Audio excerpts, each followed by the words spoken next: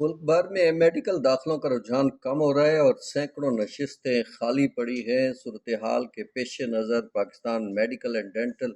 Council نے merit پر نمایاں کمی کر دی ہے۔ اب جو ہے 55% سے کم کر کے یہ 52% کر دی گئی ہے۔ 47% نمبر حاصل کرنے والے طلبہ بھی اب پی ڈی ایس میں داخلہ لے سکیں گے، اور پی ایم ڈی سی کے مطابق یہ رعایت صرف خالی نشستوں کو پر کرنے کے لیے دی گئی ہے۔ ادارے نے تسلیم کیا ہے کہ نشستیں خالی رہنے کی بنیادی وجہ بہت زیادہ فیسیں بھی ہیں،